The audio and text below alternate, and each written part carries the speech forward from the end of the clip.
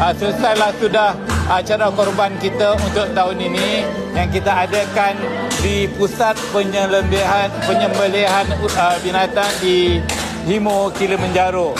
Selepas ini daging-daging korban akan diagihkan oleh pihak pusat penyembelihan kepada masjid-masjid di Himo dan akan diagihkan pula kepada mereka-mereka yang sepatutnya mendapat bantuan.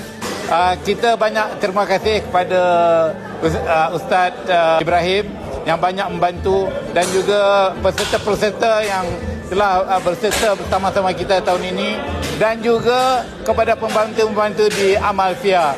Sehingga kita berjumpa lagi tahun depan dan semoga Allah menerima korban yang kita telah lakukan untuk tahun ini. Terima kasih banyak-banyak. Assalamualaikum warahmatullahi wabarakatuh.